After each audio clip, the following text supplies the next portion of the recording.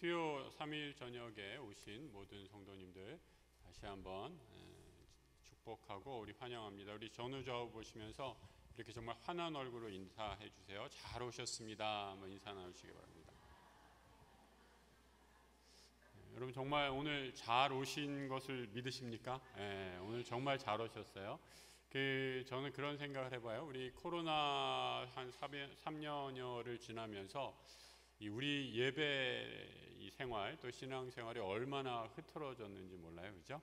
주일날 예배도 제대로 못 드리고 또 우리 수요 예배는 뭐 말할 것도 없었고 교회 모이기조차 힘든 그런 시기를 이제 지나지 않았습니까? 그러고 나니까 이게 모이는 게 이 전보다 배로 힘들어져서 예배가 우리 교회뿐만 아니라 전국적으로 아니 전 세계적으로 예배 인원들이 아주 크게 감소한 것을 우리가 통계로도 확인할 수 있습니다.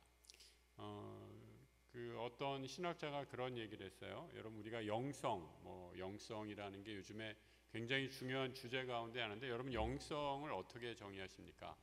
이 영성은 뭐 기도하고 말씀 읽고 혼자서 하는 게 아니라 영성은 이렇게 정의를 했어요. 영성은 습관이다 라고 이렇게.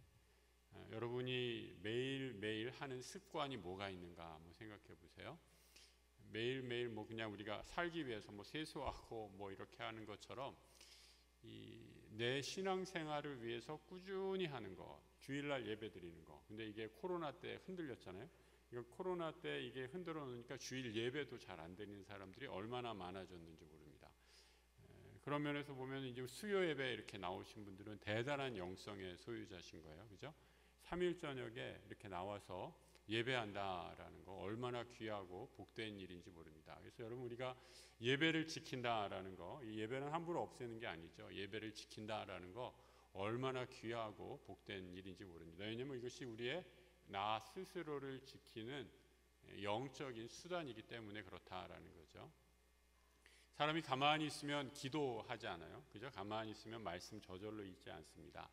그런데 이렇게 정해진 시간에 우리가 습관을 쫓아서 예수님도 그래서 습관을 쫓아서 기도하셨다라고 말씀하시는데 이 습관을 쫓아 우리 3일 저녁에 오신 모든 성도님들 하나님께서 하늘에 한량없는 복을 내려주실 줄 믿습니다. 오늘 잘 오셨다라는 말씀을 다시 한번 드리고자 길게 얘기했습니다. 우리 옆에 장로분들 보시면서 잘 오셨습니다. 다시 한번 축복해 주세요.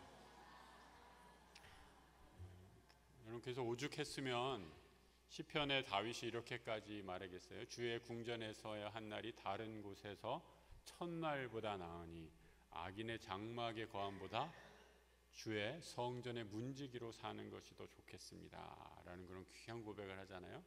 우리 이 고백이 우리 모두의 고백이 되기를 축복합니다.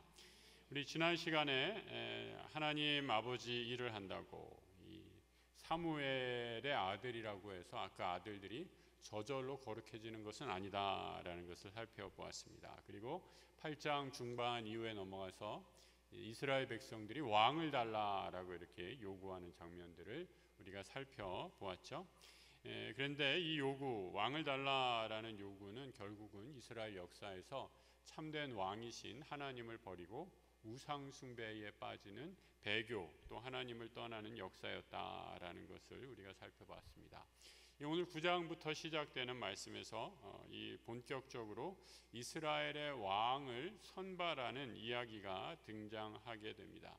이스라엘의 첫 번째 왕, 초대 왕은 사울 왕이죠. 그래서 사울 왕이 이스라엘 백성이 달라해서 얻은 왕, 사울 왕인 것을 보게 됩니다.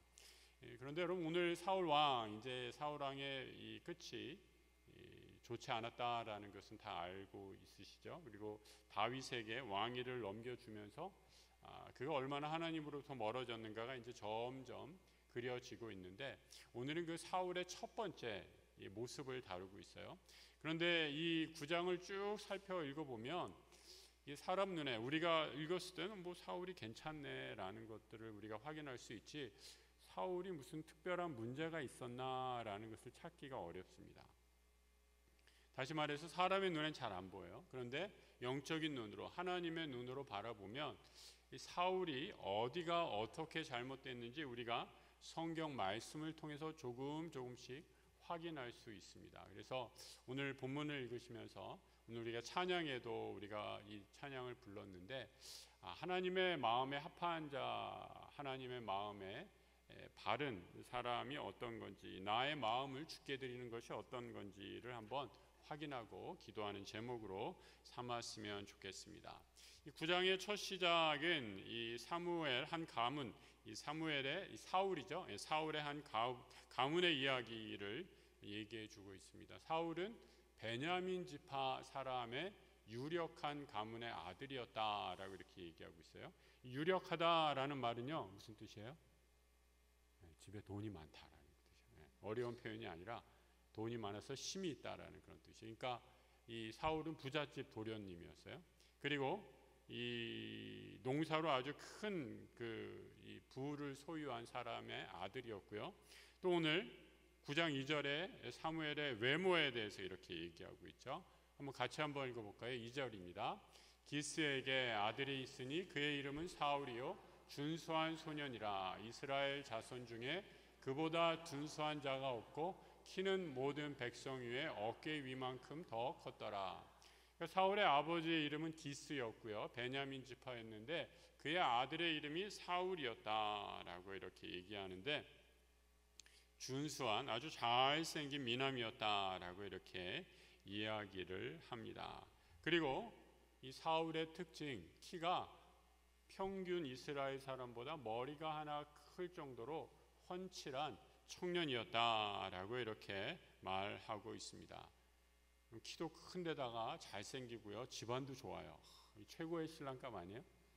뭐가 더 부러워요, 그죠? 요즘에 모두가 다 바라는 그런 사람이 사울이었습니다. 이런 사람 사위 삼으면 얼마나 좋겠어요? 그리고 이스라엘 사람들도 이 사울을 보면서 얼마나 기뻐했는가. 우리 뒤에 10장 24절에 이렇게 말하고 있는 것을 보게 됩니다. 모든 백성 중에 짝할 리가 없느니라 하니 너희는 여호와께서 택하신 자를 보느냐. 사무엘이 이제 사울을 택한 거예요. 모든 백성 중에 이만한 사람이 없다 하니 모든 백성이 왕의 만세, 그러니까 사울 왕이 왕위로 즉위하면서 와 사울 만세, 우리에게 드디어 하나님이 왕을 허락하셨습니다 라고 찬송하고 하나님을 찬양하는, 또 백성이 기뻐하는 그런 노래를 불렀다라고 이렇게 말씀해 주고 있습니다. 이 사울은 그야말로 사람의 눈에 안성맞춤, 딱 더 이상 좋을 수 없는 그런 왕의 후보였고 또 왕이 되었던 것을 보게 됩니다. 그런데 하나님은 이런 외모보다 하나님의 이 사람의 중심을 보는 분이시잖아요. 사람은 그 중심을 볼 수 없죠. 근데 하나님은 중심을 보세요. 우리는 옆에 분들 보세요, 여러분. 옆에 분들 이렇게 얼굴 한번 살짝 보시면 그 옆에 분들 중심이 보이세요? 얼굴을 보이시지만 중심은 안 보이시잖아요.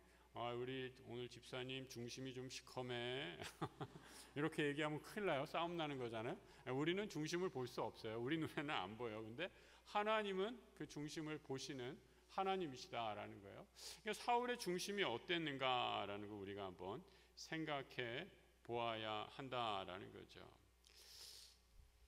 여러분, 만약에 우리가 오늘 사울처럼 하나님이 무슨 일을 할 때 세상의 조건을 보고 또 세상 사람들이 중요하게 보는 것처럼 외모를 보고 또 요즘에 말하는 것처럼 스펙을 본다라고 한다면 우리 가운데 아마 이 가운데 나와서 예배 드릴 분이 몇 분이나 계실까라는 생각을 해보게 됩니다. 그렇다면 이곳이 무슨 교회가 아니라 약수 연예 기획사 뭐 이렇게 바꿔야 될 거예요, 간판을. 그죠? 근데 우리는 세상에서 세상 사람들이 보는 그런 외모 또 자질, 재능을 보는 게 아니라 우리는 하나님을 보고 믿음을 보고 모였다라는 거죠. 이 사실을 우리 뒤에 사무엘상 16장에서 사무엘에게 하나님께서 분명하게 다시 한번 말씀해 주고 있는 것을 보게 됩니다. 사무엘 16장 7절에 이런 말씀이 있어요. 한번 같이 한번 읽어볼까요? 여호와께서 사무엘에게 이르시되 그의 용모와 키를 보지 말라. 내가 이미 그를 버렸노라. 내가 보는 것은 사람과 같지 아니하니 사람은 외모를 보거니와 나 여호와는 중심을 보느니라. 사무엘도 사울을 다시 되돌리고자 엄청 많이 노력을 했어요. 그런데 하도 노력을 해도 그의 중심이 삐뚤어져 있어서 고칠 수 없었다라는 거예요. 우리 무서운 말 있잖아요. 물건은 고쳤어도 사람은 못 고쳤는데요. 그 중심이 잘못되면 이렇게 비극적인 결말로 끝날 수 있다라는 거죠. 우리가 그러면 오늘 본문을 보면 한 가지 그런 의문을 좀 들게 되죠. 아니 그러면 목사님, 왜 하나님이 처음부터 다윗을 택하지 않고 사울을 택하셨습니까? 이런 질문 충분히 할 수 있잖아요. 얼핏 대답할 수 있는 것은 이때 다윗은 너무 어렸어요. 아직 코칠질이 아직 너무 어려서 왕이 되기에는 더 훈련을 받아야 했다라는 거죠. 그리고 또 하나, 사울이 처음부터 하나님께 버림을 받은 것은 아니었어요. 하나님의 부름을 받습니다. 처음에는 하나님 앞에서 겸손하게 서 있는 모습을 보여줍니다. 그리고 그 모습이 사람들 눈에도 보기 좋았어요. 그런데 점점 시간이 지나가면서 하나님으로부터 멀어지는 그런 죄악의 길로 빠지게 됩니다. 그래서 오늘 이 사울의 모습을 가만히 살펴보면서 우리가 좀 어떤 반면 교사의 역할을 잘 좀 삼았으면 좋겠어요. 우리 가운데 혹시 이런 생각 하시는지 모르겠습니다. 목사님 큰일 났어요. 나는 예쁘고 잘생겼는데 하나님이 나 싫어하는 거 아닌지 모르겠어요. 혹시 이런 분 생각하시는 분 계세요? 아침에 막 거울을 볼 때마다 내가 세상에서 제일 예쁘다 막 이런 음성이 들려가지고 자존감이 막 뿜뿜 막 올라가고 막 뒤에서 막 광채가 나고 이런 분들 혹시 계신지 모르겠어요. 그냥 혼자만 느끼시고 다른 사람들한테는 얘기하지 마세요. 우리 권사님 우리 자존감 아주 높으세요. 그거 좋은 겁니다. 이렇게 건강하게 사실 수 있어요.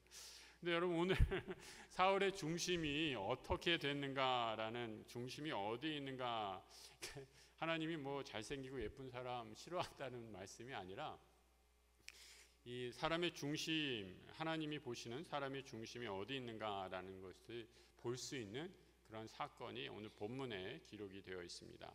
사울의 아버지 이름이 기스라는 사람인데요. 이 기스가 사울에게 명령을 합니다. 야, 너 가서 암나귀 하나 찾아오너라. 여러분 갑자기 좀 뜬금없는 얘기를 그 심부름을 시키는 거예요. 암나귀? 이 기스는 유력한 사람이에요. 집에 분홍이에요. 하인들도 많아요. 근데 왜 갑자기 아버지가 암나귀를 잡아오라는 건가, 찾아오라는 건가, 이게 뭐 아무 맥락도 없이 이런 일을 시키는 건가 이렇게 생각할 수 있죠. 그런데 여러분 이 기스는 다 뜻이 있었어요. 아버지가 다 계획이 있었어요. 이 고대 중동에서 나귀를 탄다라는 것은요, 왕이 즉위할 때 타는 짐승이, 왕이 자리에 오를 때 타는 짐승이 바로 나귀였어요. 예수님도 예루살렘에서 입성할 때 뭘 타고 들어가세요? 나귀를 타고 가시나요? 이스라엘은, 유대인들은 메시아가 나귀를 타고, 왕이 나귀를 타고 들어간다라는 그런 관습이 있었기 때문에 이제 기스도 이 가문의, 베냐민 가문의 유력한 사람이었기 때문에 뉴스를 들었어요. 무슨 뉴스? 이제 이스라엘에서 우리가 여러 부족으로 흩어져 있는데 우리 부족 가운데 한 사람을 택해서 왕으로 삼는데 라는 뉴스를 들었단 말이에요. 그러니까 아버지 입장에서 당연히 그러면 새로 세울 나라의 이스라엘이라는 왕국의 왕, 내 아들, 내 새끼만큼 더 멋지고 적합한 인물이 또 누가 있으랴 라고 생각하면서 아들에게, 사울에게 나귀를 찾아오너라 라는 그런 미션을 준 거예요. 그러니까 여러분 이 기스도 다 아버지가 계획을 다 한 거죠. 그래서 이제 너는 이제 이 나라의 장차 왕으로 세울 만한 제목감이다. 아버지도 인정하는 그런 아들이었다라는 거예요. 그래서 사울이 이 곳곳을 다니면서 그 나귀를 찾아다닙니다. 이 4절을 보면 사울이 나귀를 찾아다닌 지명이 등장하는 것을 보게 됩니다. 여러 군데를 다니죠. 에브라임 산지를 다니고 또 베냐민 사람의 땅도 돌아다니고 또 남쪽으로 내려가서 유다 지역인 사알림이라는 땅까지 가는데 나귀를 찾지 못하고 헤매다 돌아오는 것을 보게 됩니다. 그런데 여러분 이 지역은요, 그냥 갑자기 지명 이름이 쭉 나오는 것이 아니라 여기서 나오는 에브라임 산지, 살리사 땅, 사알림 땅 두루 다녔다라는 말은 앞으로 왕이 되어서 만약에 사울이 왕이 된다면 이 땅을 다스릴 그 지역을 경계를 삼는 땅이 되는 거예요. 그러니까 네가 이 땅을 다니면서 왕으로서 백성들을 만나보아라 라고 하나님이 훈련시키신 것이죠. 그러니까 여러분 하나님은 일꾼을 부르실 때 그냥 부르시는 법이 없으십니다. 준비를 반드시 시키시고 하나님의 일꾼으로 부르시는 것을 보게 됩니다. 그래서 여러분 우리가 여러 가지 어려움을 겪게 되고 또 섬기다가 고난을 받게 되는 그 일들을 통해서 하나님의 일꾼으로 더 굳건히 서가게 되는 것을 보게 되죠. 오늘 새벽에 사도행전 16장의 말씀을 읽었는데 바울과 실라가 에베소에 가서 전도를 하는데 전도를 하다가 갑자기 그냥 그 로마 군인들한테 시 당국자한테 체포를 당하잖아요. 빌립보죠, 빌립보에서 체포를 당하고 옥에 맞고 막 엄청나게 고생을 하는데 그곳에서 찬송하고 기도하면서 하나님의 일꾼으로 더 굳건히 세워지는 것을 보게 되죠. 그러니까 하나님의 일꾼으로 서기 위해서는 반드시 훈련의 과정들이 필요합니다. 그래서 여러분 우리가 섬기고 일할 때 어려운 일을 당하거든 오히려 기쁘게 여기시는 우리 성도들 되시길 바랍니다. 왜요? 하나님께서 나를 훈련시키고 연단시키시는구나 라는 것을 우리가 확인할 수 있는 시간이기 때문입니다. 유력한 가문의 아들로 태어나서 별 어려움 없이 살아온 사울은 이 지역을 두루 다니면서 요즘 표현으로 그야말로 민초들의 삶이 어떤지 파악할 수 있는 요즘으로 얘기하면 현장 민생 탐방의 기회를 얻은 거예요. 근데 사울이 이 시간을 어떻게 하는가? 여기서 아주 참 사울의 중심을 엿볼 수 있는 아주 그 장면이 하나 나타나는 것을 보게 됩니다. 5절에 뭐라고 얘기해요? 사환에게 이르되 야 이제 우리 돌아가자라고 이렇게 얘기해요. 왜요? 찾고 암나귀를 찾고 찾아서 많이 지역을 돌아다녔는데 암나귀는 나오지 않고 이제 우리 아버지가 걱정할 것 같으니까 빨리 그냥 집으로 돌아가자라고 이렇게 얘기하는 것을 보게 됩니다. 그럼 사울이 이런 모습이었다면 이제 나중에 나타날 우리 다윗, 사울의 뒤를 이어 나타날 다윗의 모습이 어떠한가 굉장히 대조적인 것을 보게 돼요. 다윗도 목동으로 양을 치다가 양을 잃어버린 적이 있었습니다. 그때 다윗은 이 양 한 마리를 지키기 위해 다윗이 이 양을 목숨을 걸고 지킨 것을 보게 됩니다. 사무엘상 17장 34절 이하의 말씀인데요. 이렇게 얘기하죠. 다윗이 사울에게 말하되 주의 종이 아버지의 양을 지킬 때에 그 다음부터 같이 읽어볼까요? 사자나 곰이 와서 양떼에서 새끼를 물어가면 내가 따라가서 그것을 치고 그 입에서 새끼를 건져내었고 그것이 일어나 나를 해하고자 하면 내가 그 수염을 잡고 그것을 쳐 죽였나이다. 여러분 어떻습니까? 앞서서 우리가 조금 걷다가 아이고 이제 해도 졌고 배고프고 힘드니 빨리 돌아가자. 아버지 걱정하시겠다라고 말하는 사울과 양 한 마리를 지키기 위해 사자와 곰과도 맞짱을 뜨는 다윗과 여러분 어떻게 판단이 되십니까? 다윗은 그야말로 자기 맡은 일에 최선을 다하는 그런 사람의 모습, 최선을 다하는 지도자의 모습을 보여줍니다.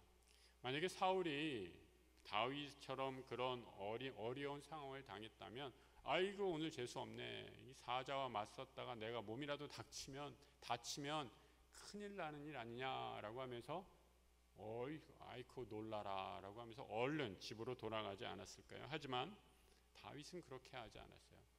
사자와 곰과 맞서 싸우면서 끝까지 어린 양을 목자로서 구해낸 다윗, 이 중심을 하나님은 보시고 다윗을 하나님의 새로운 지도자로 삼으시는 것을 보게 됩니다.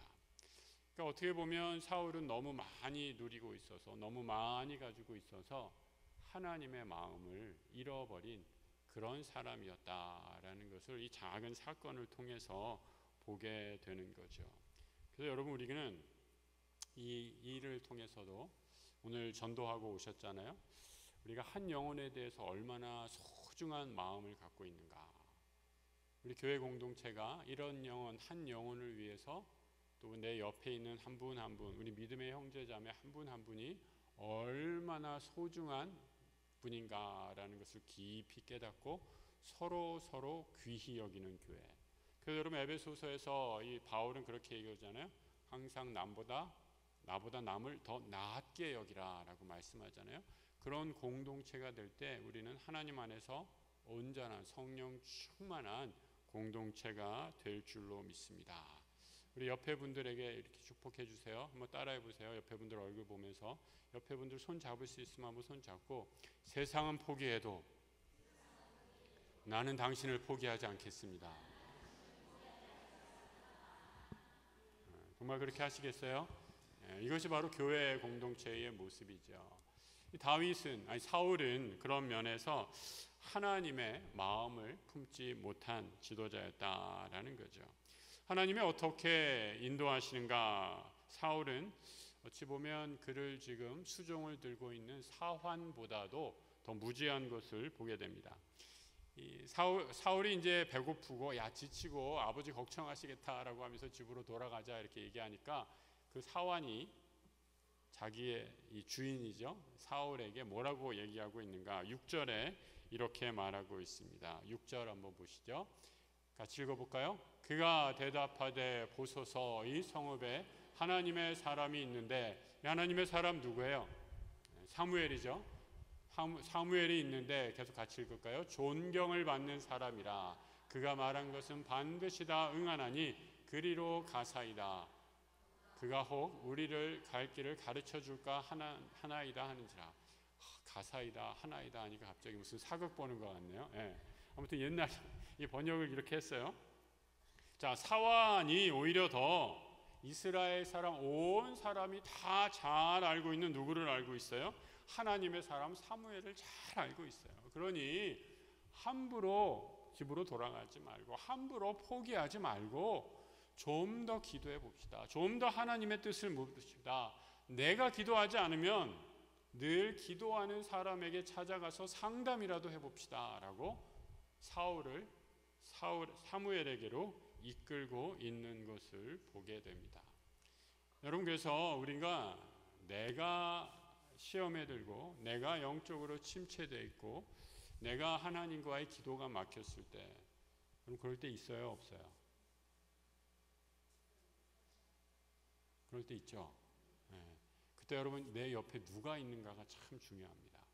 그 옆에 기도의 동역자들, 나를 위해서 늘 기도해 주는 사람들, 나와 막역하게 내 영적인 상태에 대해서 소통할 수 있는 사람들, 그런 사람들과 함께 지낼 때 우리에게 막힌 영혼, 기도의 문이 다시 열리게 되는 것을 보게 됩니다. 그래서 여러분, 우리가 믿음의 생활을 할 때는 내 주변에 있는 분들이 어떤 분인가, 내가 어떤 분들과 교제하는가에 따라서 내 믿음의 수준이 결정되고 또 한 단계 더 진보할 수 있습니다. 여러분, 우리가 운동을 배울 때도 그러잖아요. 특히 테니스 같은 구기 종목 같은 거 칠 때 반드시 얘기하는 게 있잖아요. 나보다 조금 더 실력이 있는 사람과 플레이를 해야지 실력이 늘어난다는 거예요. 나보다 늘 깨어서 기도하는 분들과 함께 믿음 생활을 할 때 성장하고 성숙할 수 있는 기회를 놓치지 않게 된다라는 거죠. 이 사울은 이런 면에서 영적 성장에 대한 열망을 멸망이 잃어버린 사람이었습니다. 어떻게 보면 자기 삶에 가진 것이 너무 많아서 결핍을 몰랐던 사람, 또 누구의 도움을 받지 않아도 되는 사람, 영적인 성장에 대해서 무지한 사람이었다라는 거죠. 근데 여러분, 이 왕의 자리라는 건 어떤 자리입니까? 지도자의 자리다라는 것은 기도하지 않으면, 부잣집 막내 도련님은 기도하지 않아도 돼요. 아버지가 살아있을 동안에. 그런데 한 나라의 왕이 되는 것은 반드시 기도하지 않고서는 이 일을, 이 소명을 감당할 수 없는 자리다라는 거죠. 힘과 권세가 그에게 부여되는 자리입니다. 그래서 많은 사람들이 그 자리를 욕심내지만 사실 막상 그 자리에 앉게 되면 얼마나 힘들고 얼마나 처리해야 될 일이 많은지 모릅니다. 막중한 책임이 따르는 것을 보게 됩니다. 저는 아직도 기억이 나는데요. 우리나라 대통령 분들은 그냥 다 이렇게 그 대통령 당선되면 다 염색을 하시더라고요. 근데 미국의 대통령들, 예전에 이제 오바마 대통령이 있었잖아요. 이 오바마 대통령이 처음에 당선됐을 때 굉장히 막 이렇게 농구도 잘하고 운동도 잘하고 막 그랬어요. 근데 이제 오바마 대통령이 두 번째 텀, 8년 임기의 두 번째 텀을 하고 대통령에서 내려올 때쯤 된 사진을 한번 봤는데, 그때가 되니까 어떻게 되냐면 그 까맣던 머리가 흰머리가 굉장히 많이 났더라고요. 야, 이 미국의 대통령도 물론 뭐 8년이라는 세월이 지나서 머리가 새인 것도 있겠지만 그 자리가 얼마나 신경을 많이 써야 되고 정말 전 세계의 모든 일들이 그에게 다 보고가 되는 자리 아니에요? 그리고 엄청난 세계에서 가장 막강한 힘을 갖고 있는 자리 아니에요? 그래서 여러분, 이 지도자의 자리에 앉는다라는 것은, 누구를 리드한다라는 것은 기도하지 않으면 감당할 수 없는 그런 자리입니다. 그래서 여러분, 직분을 맡을 때, 또 내가 몇 명, 뭐 구역장을 맡을 때, 작은 공동체의 리더가 됐을 때 기도하는 마음으로 하나님께서 맡기신 그 직분을 잘 감당하시는 우리 성도들이 되시기를 축복합니다.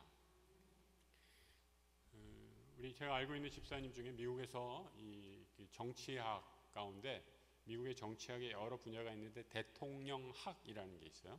미국에 있는 대통령들을 쫙 이렇게 연구하는 그런 이 대통령학을 전공하시는 집사님이에요. 그분한테 링컨 대통령 얘기를 들었어요. 남북 전쟁에서 링컨이 얼마나 기도하는 사람이었는가를 들려주셨습니다. 그러니까 자기가 어떤 결정을 내리냐에 따라서 미국이, 남북이 그야말로 노예제도의 찬성과 반대로 갈라져서 이 미국 역사상 최초로 내전이 일어나는 시기가 바로 남북전쟁 아니에요? 어마어마한 젊은이들이 죽어가고 그게 책임, 대통령으로서 내리는 결정에 공포와 전율을 느낄 수밖에 없었기 때문에 기도하지 않을 수 없었다라는 거죠. 남북전쟁이 한참 되었을 때 전세가 이 북군에 불리해진 상황이 되었습니다. 그때 남군의 명장, 그 유명한 리, 이름이 이씨예요. 이 장군, 영어로는 리 장군. 이 리 장군이 무려 7만 6천 명의 남부 연합군을 데리고 진군하고 있었습니다. 이 뭐 7만 6천 명이라면 그 시대 어마어마한 대군이죠. 근데 링컨이 할 수 있는 일은 기도하는 것밖에 없었습니다. 링컨이 남북전쟁이 한창인 1863년 4월 30일 날 미국 의회, 이 북군 의회죠. 그러니까 이 북부 의회에 이렇게 선포를 합니다. 이 날을, 한참 전쟁 중에 어떤 날을 선포하느냐, 금식의 날을 선포하면서 금식의 날로 정할 것을 의회에 청원합니다. 그 청원서 내용을 제가 읽어드릴게요. 한번 잘 들어보세요. 금식은 하나님의 힘을 믿는 사람들 뿐만 아니라 온 국민의 국가적 의무입니다. 바야흐로 우리 국토를 황폐화하고 있는 이 남북전쟁의 무서운 재앙은 우리 선조들의 죄에 대한 심판인지도 모릅니다. 그리고 우리 전 국민에게 필요한 개혁을 촉구하시는 하나님의 섭리인지도 모릅니다. 끊일 줄 모르는 성공으로 자만하느라 우리를 지으신 하나님께 기도하지 아니한 죄 때문인지도 모릅니다. 따라서 지금은 진노하신 하나님 앞에 우리들 자신을 낮추고 국가적인 죄와 개인적인 죄를 고백하며 하나님의 자비와 긍휼을 구할 때입니다. 여러분, 이것이 링컨이 의회에 제출한 청원서였어요. 자신에게 주어진 그 무거운 책임을 알고 기도하지 않을 수 없었죠. 여러분, 이 링컨의 기도, 국회에 청원한 내용 보세요. 저 남군, 저 나쁜 놈들, 저 나쁜 놈들을 확 쓸어 주십시오, 이렇게 기도하지 않았어요. 링컨에게 적은 남군, 그 남군이 적이 아니라 똑같은 형제 자매였다라는 겁니다. 그러면서 링컨은 대신 우리의 죄, 우리 조상의 죄, 우리의 죄, 나의 죄를 회개하며 금식을 선포하고 있는 것이죠. 저는 이 글을 읽으면서 우리나라 정치를 한번 잠깐 생각해 봤습니다. 높은 자리를 차지하고 있는 사람, 힘과 권세를 가진 사람은 정말 많은데 그 책임을 지고 기도하는 사람이 우리나라에 정말 있다면 어떻습니까, 여러분? 정말 찾기 어렵지 않습니까? 그래서 우리 사회가 더 어려워지는 것은 아닌가 생각을 하게 됩니다. 사울은 기도하지 않았습니다. 하나님의 부르심에 민감하여 무릎 꿇지 않고 자신이 맡은 책임을 지려고 했다라는 거죠. 이 사울의 영적 무지를 보여주는 또 하나의 대목이 이어지는데요. 사무엘을 만나러 가자 했을 때 그의 반응입니다. 7절에서 이렇게 얘기하고 있죠. 9장 7절입니다. 사울이 같이 한번 읽어볼까요? 사울이 그의 사환에게 이르되 우리가 가면 그 사람에게 무엇을 드리겠느냐? 우리 주머니에 먹을 것이 다하였으니 하나님의 사람에게 드릴 예물이 없도다. 무엇이 있느냐? 사울은 사무엘을 만날 준비가 전혀 안 됐습니다. 그런데 여기서도 또 지혜로운 사환이 내가 주머니에 한 반세겔 정도, 얼마라고 나와 있어요? 한 세겔, 한 세겔에 4분의 1이니까 4분의 1세겔이네요. 한 25%, 4분의 1 정도의 은이 있으니 이것을 가지고 사무엘을 만나러 갑시다 라고 강권하고 있습니다. 그러니까 내가 기도 안 하면 주변에 있는 사람이라도 반드시 기도하는 사람이 꼭 있어야 돼요. 사환이 얼마나 지혜로운 사람이었나. 그리고 몇 번의 우연을 통해서 마침내 사무엘을 만나고 기름 부음을 받아 이스라엘의 왕이 되게 됩니다. 그리고 오늘 9장과 또 이어지는 10장 쭉 이렇게 읽어보면 사울이 부름받아 기름 부음받아 왕의 자리에까지 오르긴 올랐어요. 그런데 쭉 깊이 본문을 하나 꼼꼼히 읽어보면 뭔지 좀 부족하다, 뭔지 좀 준비가 안 되었다, 뭔지 좀 깨름직한 느낌을 지울 수 없습니다. 사울은 왜 이렇게 중심이 틀어져 있었는데도 하나님이 사울을 이스라엘의 왕으로 세우셨을까? 그냥 아까 말씀해 드린 것처럼 이렇게 하면 안 된다라는 반면 교사를 주시기 위해 일부러 이 사람을 사울을 왕으로 세우신 건가? 한 구약의 학자, 주석학자가 이 구절을 저와 똑같은 질문을 가졌는데 그 학자는 이렇게 대답을 해요. 사울이 아직 준비가 안 됐음에도 사울을 왕으로 삼은 것은 그 당시 베냐민 지파가 가진 정치적인 위상 때문에 그러했다라고 이렇게 얘기를 해요. 당시 베냐민 지파는 에브라임, 북쪽의 에브라임 지파와 유다 지파, 남쪽의 유다 지파 사이에 베냐민 지파가 자리하고 있었다라는 거예요. 그런데 그 당시에 북의 에브라임과 남의 유다 지파가 좀 으르렁거리는 사이가 안 좋았거든요. 그래서 이 별로 사이가 안 좋은 그 두 지파 사이에 베냐민 지파, 일종의 완충지대죠.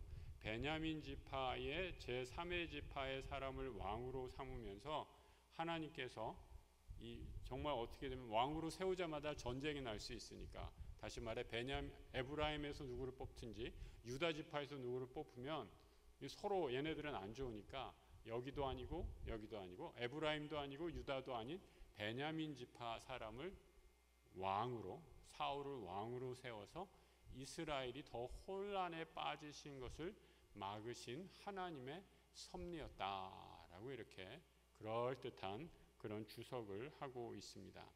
어떤 이유로 사울을 쓰셨는지 오늘 성경에는 다 밝히고 있지 않기 때문에 우리는 그 이유를 다 밝힐 수도 없습니다. 하지만 오늘 본문을 통해서 우리가 분명한 것, 확인하게 되는 것이 있어요. 오늘 제목을 제가 그래서 사람을 찾으시는 하나님인데, 하나님의 인재 선발 기준이 어떠하신가, 하나님은 어떤 사람을 찾으시는가라는 겁니다. 하나님이 가장 좋아하는 사람은 잘생긴 사람, 얼굴이 예쁜 사람, 스펙이 좋고 가문이 화려한 사람이 아닙니다.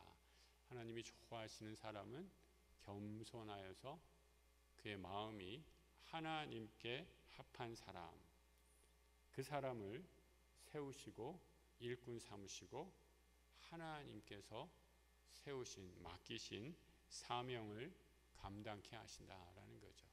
그런 사람을 통해서 하나님이 영광 받으시기 때문입니다. 여러분, 우리 삶에도 수많은 그런 우연과 같은 일들이 일어나는 것을 보게 됩니다. 오늘도 9장을 쭉 읽어보시면 이 사울이 사무엘 선지자를 만나러 가기까지 얼마나 많은 우연의 일들이 일어나는 것을 봅니다. 그런데 이것은 우연처럼 보이지만 결코 우연이 아니라 하나님께서 그 속에 일일이 개입하셔서 이끄시고 사울을 다듬어 가시고 하나님의 계획 안에 부르시는 섭리였는 것을 보게 됩니다. 우리 그리스도인의 삶에 우연이란 있을 수 없죠. 하나님께서 다 그분의 전능하신 주권 안에 이끌어 가신다라는 것을 꼭 기억하시면서 하나님이 우리를 부르십니다. 이 겸손한 마음으로 그 부르심에 응답하시는 우리 성도들 되시기를 축복합니다. 우리 매일매일의 삶 속에서 아까 말씀드렸던 좋은 습관으로, 좋은 영성으로, 몸에 길들인 좋은 영성으로 매일매일의 자리에서, 또 우리 수요 예배마다 예배의 자리를 사모하면서, 주일마다 예배의 자리를 사모하면서 하나님의 음성을 듣고 그 음성을 분별하여 하나님의 뜻을 쫓아 살아가는 주의 나라, 하나님 나라 백성 되기를 우리 주님의 이름으로 축복합니다.